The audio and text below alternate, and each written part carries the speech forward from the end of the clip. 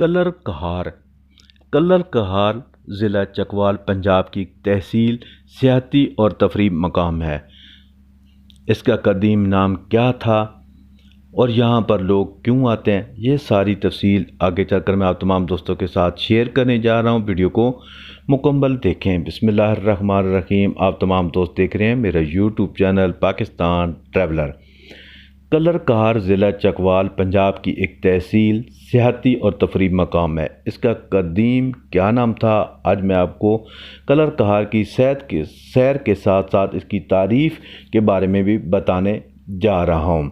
Colour کہار ایک سیاحتی اور تفریحی مقام ہے۔ اس کا قدیم نام تزک بابری میں کلیدہ کنارہ اور بعض مورخین کے مطابق گلو کہرہ اور ناون تھا۔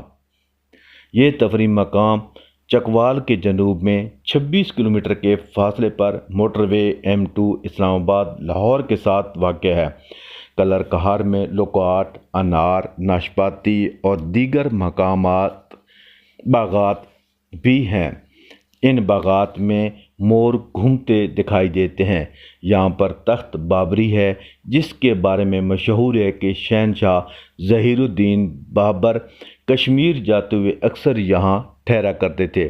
یہاں پر ایک نمکین پانی کی جھیل بھی ہے۔ کلر کہار جھیل کی وجہ سے بہت شہرت رکھتا ہے، جو سطح سمندر سے 1500 فٹ کی بلندی پر واقع ہے، جو 8 کلومیٹر پر پھیلی ہوئی ہے۔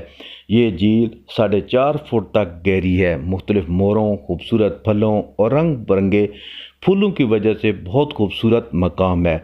سالٹ واٹر جھیل اور تخت بابری کی وجہ سے بھی مشہور ہے۔ کلر کہار کو موروں کی وادی بھی کہا جاتا ہے۔ اس کے علاوہ دربار سخی آہو باہو بھی موجود ہے۔ یہاں پر زائرین اور عقیدت مندوں کی بڑی تعداد حاضری دے کر اپنی نیاز بندی اور عقیدت کا اظہار کرتی ہے۔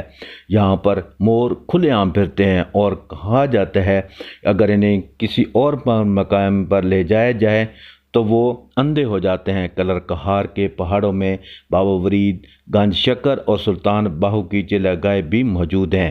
کلر کہار میں باغ صفا کی بنیاد 1519 میں رکھی گئی تھی۔ تو یہ تھی دوستو آج کی ویڈیو جو کلر کہار کے بارے میں تھی۔ یہ ویڈیو آپ کو کیسی لگی؟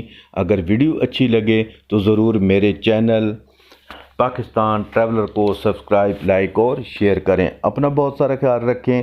جلد نئی ویڈیو میں ملاقات ہوگی۔ اللہ حافظ۔